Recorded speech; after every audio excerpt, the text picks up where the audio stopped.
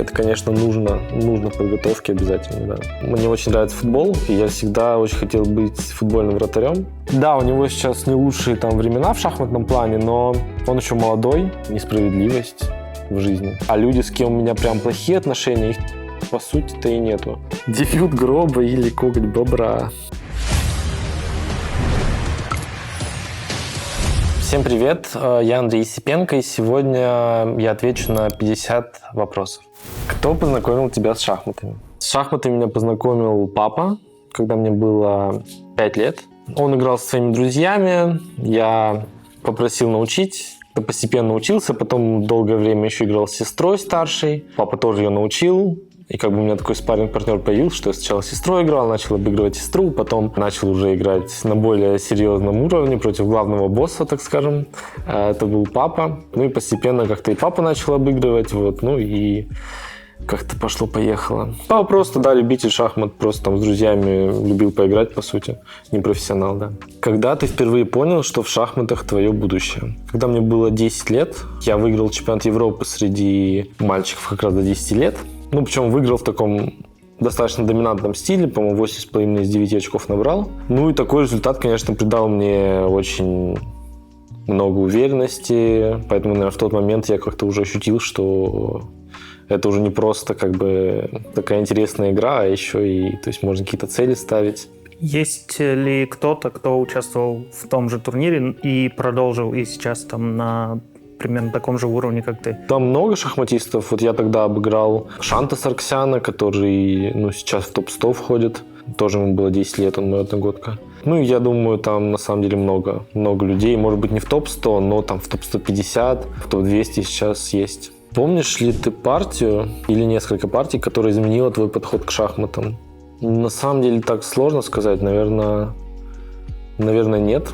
Просто всегда играл, занимался, и не думаю, что именно какая-то партия или там победа в партии или поражение изменили подход. Ты играл ради удовольствия или ради побед? Наверное, и ради того, и ради другого. То есть изначально-то, конечно, ты играешь, потому что ты любишь игру, тебе нравится, тебе весело. Когда ты проигрываешь, у тебя уже совсем другие ощущения, и, конечно, приятно, когда удается и в удовольствие играть, и на результат. Можно сказать, что, наверное, ради побед, а с победы приходит удовольствие. От чего пришлось отказаться в детстве ради шахмат? Да, на самом деле, много чего. Мне очень нравится футбол, и я всегда очень хотел быть футбольным вратарем. Я даже не помню, как так получилось, что я не стал футбольным вратарем. Я просто играл в шахматы, там как-то турнир выиграл и как-то забыл просто об этом. Но я не жалею. Не жалею, что так получилось. Я счастлив, что в шахматах у меня все получается, и что шахматами я в итоге начал заниматься. Кем бы ты был, если бы не шахматы? Ну, я уже, в принципе, ответил. Я бы хотел быть, наверное, в футболе или в каком-то, вот, например, большой теннис мне еще очень нравится. Я не так часто играл в него в своей жизни, но мне огромное удовольствие приносило те разы.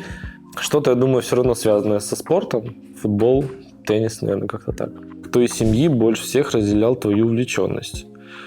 Ну, это, я думаю, конечно, папа в первую очередь, потому что, папа ездил со мной практически на все турниры, там, до лет 16 точно. Но мама, конечно, да и вся семья, в принципе, меня всегда очень поддерживали, всегда только какие-то добрые, положительные слова слышал. В этом плане мне очень повезло. Какие эндшпильные книги или ресурсы ты считаешь обязательными для современного гроссмейстера? В принципе, классический такой ответ.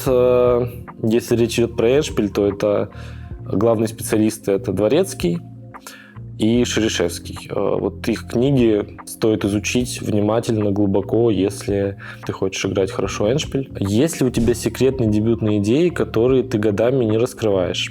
Такого, наверное, нет, потому что сейчас как бы такое время, что если ты там нашел какую-то идею, ее нужно как можно быстрее сыграть, потому что за тебя ее кто-то еще сыграет.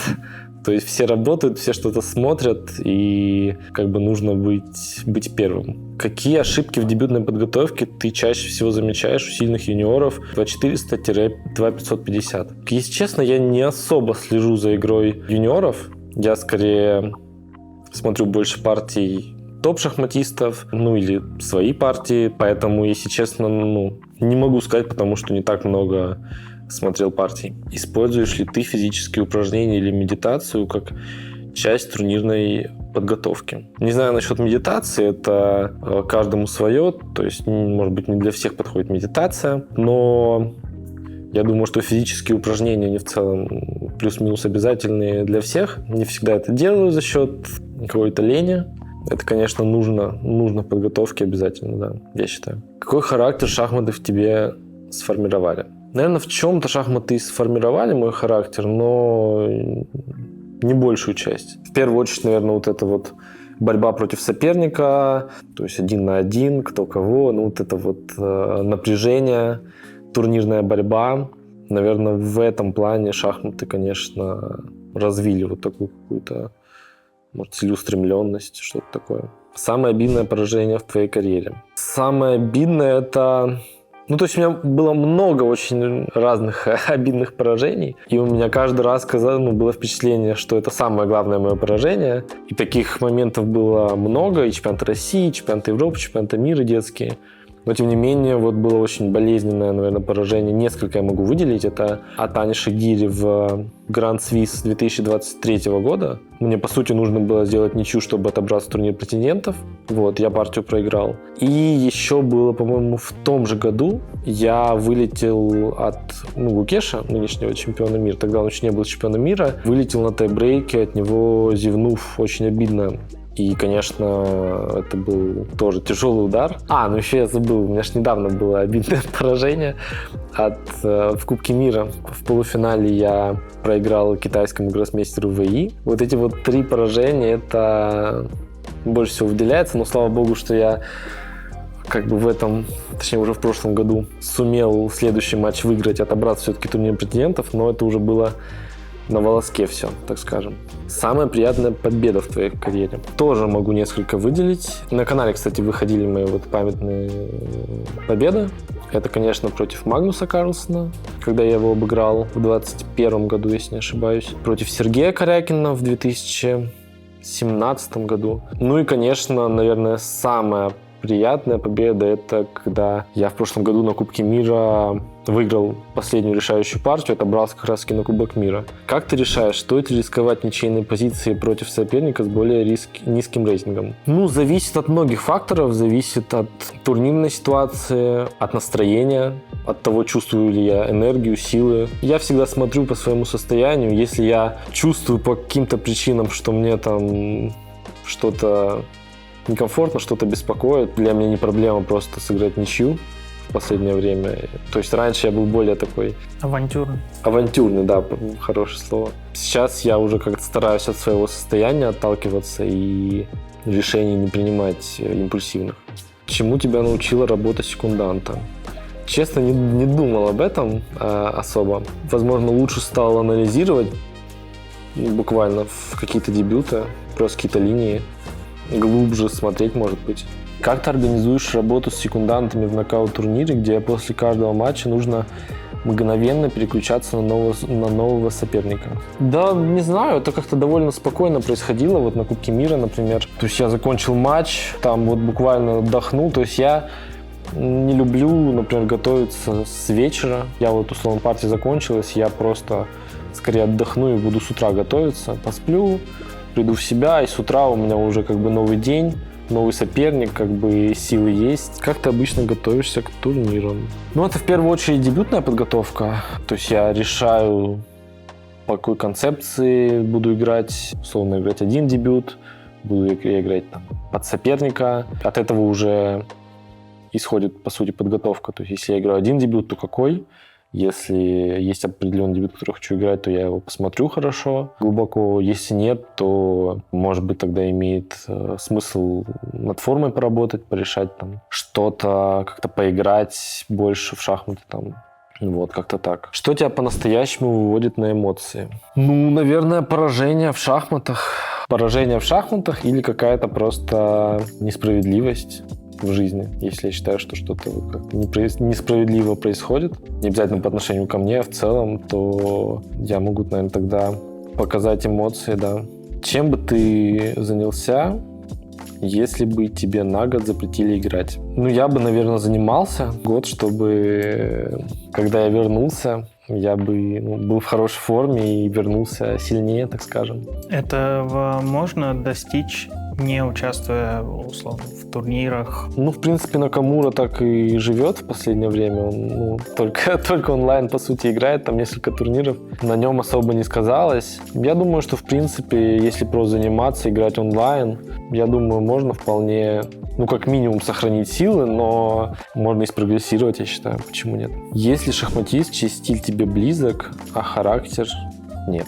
Но это уже так говорить про кого-то, что не очень человек. Мне кажется, сложно сказать. У меня как-то в мире шахмат нет такого, что мне как-то сильно все нравятся, но и нет такого, что как-то мне противно. То есть я как-то нейтрально ко всем отношусь, на самом деле. Есть какие-то люди, с кем у меня там очень хорошие отношения, а люди, с кем у меня прям плохие отношения, их по сути-то и нету. Как тебе новый формат отбора на EVC через титульные вторники?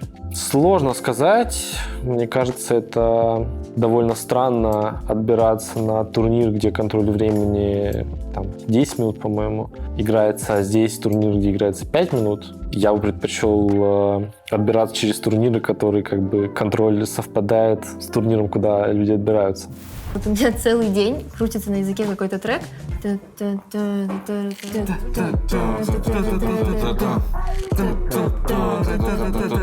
Так это реально, это Випа. Это Випа! Випа Virtus.pro, хит 25-го года! Как относишься к онлайн-турнирам вроде Title Tuesday и вообще к игре на ческом или чес? Помогает ли это профессиональным шахматистам? Я думаю, это вообще очень здорово, что вообще у людей есть возможность играть из дома. То есть раньше такой возможности не было. Только на турнирах могли встречаться, только за доской, а здесь ты можешь сыграть. То есть я там играю тренировочные партии с людьми, с которыми, я не знаю, как бы я мог встретиться там. Это практически невозможно было бы. Это большая, удача в целом для шахмат, для шахматистов, что у нас есть такая прекрасная возможность играть, развиваться. Считаешь ли ты, что формат Кубка мира, 2 классики плюс тайбрейки, слишком сильно зависит от умения играть в быстрые шахматы? Я думаю, в целом победа в турнире как раз зависит от умения играть в шахматы. Но на самом деле я думаю, что не то чтобы проблема Кубка мира, но такой формат, это довольно короткая дистанция. То есть, словно 2 партии в классику, они очень часто заканчиваются в ничью, и потом начинаются быстрые, где на самом деле уже, по сути, плюс-минус кто угодно за эти 2 партии может выиграть. Мне кажется, что увеличив количество партий, получится выявлять сильнейшего лучше, чем это происходит сейчас, так скажем. С кем из великих шахматистов ты бы хотел поговорить не о шахматах? Я думаю, может быть, со Спасским. Насколько мне рассказывали, насколько я слышал, что он был таким самым, скажем, веселым, самым таким энергичным. Много про него забавных историй, поэтому, мне кажется, с ним было бы здорово. Что вдохновляло тебя, когда не было результатов? Да ничего не вдохновляло. Когда нет результатов, то как-то ничего не вдохновляет особо. Потом они появляются, и это начинает вдохновлять. А появляются они как-то за счет просто работы, какого-то хорошего жизненного периода, не знаю. Позволяло не опускать руки, наверное, то, что я просто верил, что это просто плохой период, и это не продлится долго.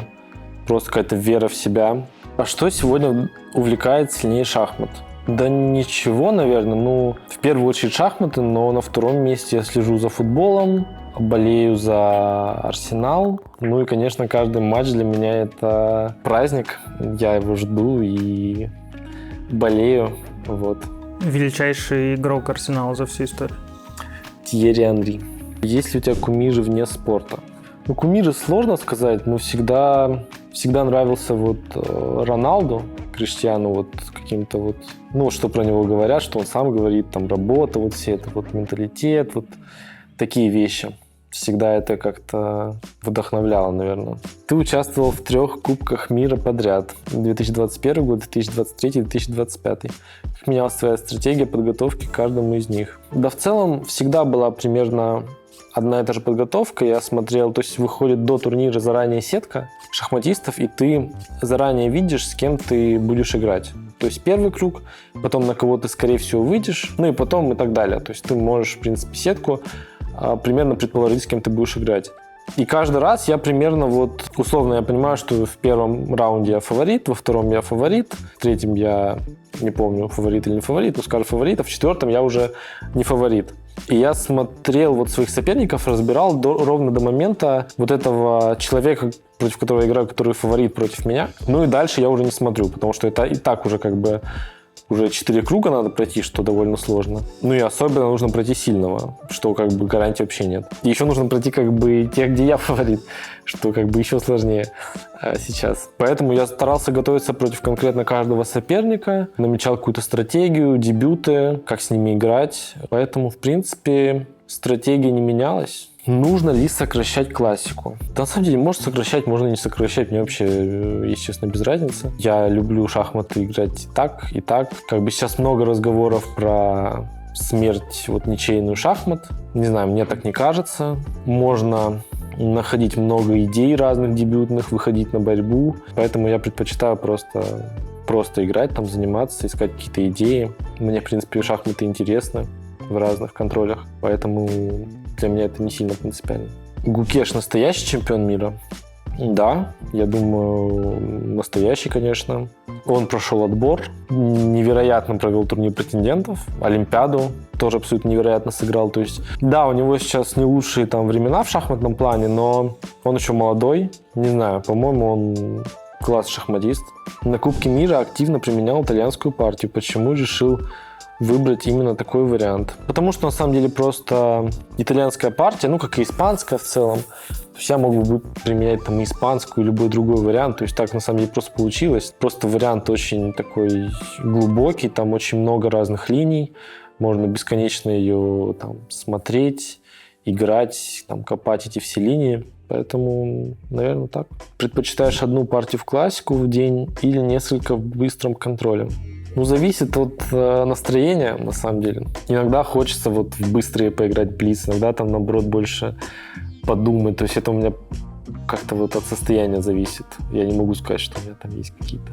Что я всегда там только в блиц там хочу играть или в быстрые. Как относишься к тому, что Дин не сыграл ни одной партии в классику в 2025 году? У него явно не лучшее ментальное состояние сейчас, поэтому он явно просто приходит в себя, отходит. Хочется пожелать ему только пройти там через этот тяжелый период и вернуться, потому что он великий игрок. Как оцениваешь новые правила ФИДе, связанные с получением рейтинга? Наверное, имеется в виду, что добавляется за победу над слабыми шахматистами теперь меньше, чем... Да. Сложно сказать. Я просто чувствую, что в open-турнирах, то есть большинство шахматистов, ну, если не брать элиту, они играют в опенах много партий против игроков уровня там 2.300, 2.400. Ну окей, там даже 2.200 нужно брать, чтобы разница, там 400 пунктов, по-моему, должна быть или сколько-то. То есть там 2.200, 250, ну вот получать за них 0.1 пункт рейтинга, это, ну, сложно сказать. Мне вот кажется, что 0.8 было вполне себе адекватно. Что для тебя важнее, красота или результат? Ну, уже был, по-моему, похожий вопрос в начале. Но мне приятнее всего как-то и то, и результат, и красота. Но в первую очередь, наверное, результат все-таки. Наверное, результат. Сложно ли совмещать карьеру и личную жизнь? Да нет, мне наоборот это приятно делать. И это на самом деле интересно. Мне нравится совмещать. Это не скучно. То есть я бы, наверное, не смог просто там как бы сидеть целыми днями, не знаю, заниматься, вести какой-то такой вот образ жизни. Мне хочется как бы... Пожить, да. Но и про шахматы, конечно, не забывать. Не то, что я там только живу. Кто из юниоров в 2026 году может удивить? За кем стоит следить? Ой, там целая плеяда юниоров. Я думаю, можно брать любого индуса с любой фамилией. И это будет неплохая ставка на то, что он удивит. Кто еще? Вот у нас есть молодые шахматисты интересные. Сава Витохин, например, Иван Землянский. Что выбрать? Выиграть матч за корону и больше никогда не играть в шахматы? Или проиграть, но всю жизнь оставаться в топе? Ну, тут это, конечно, такой вопрос сложный. Если матч проиграть, всю жизнь оставаться в топе, и потом как бы все равно есть возможность стать чемпионом мира в будущем, тогда, безусловно, проиграть. А если ты никогда не станешь чемпионом мира, но остаешься в топе, ну просто, если вообще никогда не играть, это как-то глупо получается. То есть я выиграю матч, уйду из шахмат, и как бы люди вообще не поймут, да, что произошло, что это вообще было. Не самое лучшее, что может быть. Поэтому если оставаться в топе, наверное, все-таки проиграть, да. Дебют Гроба или коготь бобра? Коготь бобра. По-моему, дебют Гроба просто проигрывает. Ну, буквально проигрывает, да. То есть там первый ход G4, по-моему, компьютер на глубине пишет оценку -2. То есть это просто, просто проигрывающий дебют. Никогда не играйте дебют Гроба. Коготь бобра тоже, но хотя бы можно понять. Вот. Дебют Гроба ни в коем случае. Привет Максиму Мариеву передаю. Оказавшись перед Фишером, что бы ты ему сказал? Да я бы ничего не сказал, я просто попросил бы партию сыграть. Предложил бы партию сыграть. А мне было бы очень интересно. Дай совет себе 5 лет назад.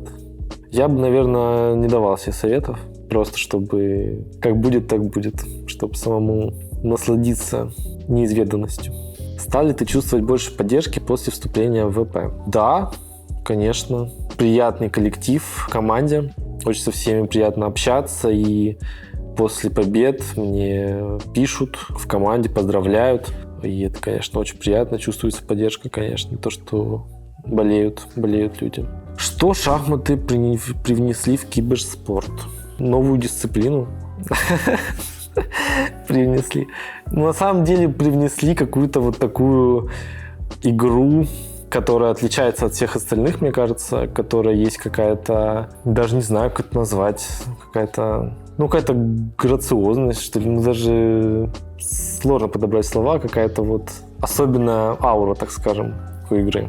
Что изменилось в твоей профессиональной карьере после вступления в ВП? Медийки точно стало больше. То есть вот я начал вести телеграм-канал свой активно, как раз-таки с подачи Virtus.pro. Думаю, что я бы сам... Мне было бы тяжело начать, так скажем, это делать, но вот с подачи получилось. Подписывайтесь на мой телеграм-канал. Больше поддержки, конечно, как я уже говорил. И, конечно, вот какой-то профессионализм чувствуется у всех. Мне этого не всегда хватает. Серьезно относятся к делу, очень профессионально, и это, конечно, очень радует. Каким ты хочешь, чтобы тебя запомнили? Я умирать пока не собираюсь, но, наверное, хорошим шахматистом и хорошим человеком хотелось бы. Чего ты боишься не успеть? Наверное, опять же, добиться чего-то в шахматах. Хотелось бы существенного. О чем ты мечтаешь вне шахмат? Наверное, о том, что все было хорошо у моей семьи, у моих близких, у друзей, у меня. Наверное, это самое главное. Всем спасибо за просмотр. Пишите в комментариях свои вопросы, на которые хотели бы, чтобы я ответил, и, возможно, я отвечу на них в своем телеграм-канале. Всем большое спасибо. До свидания.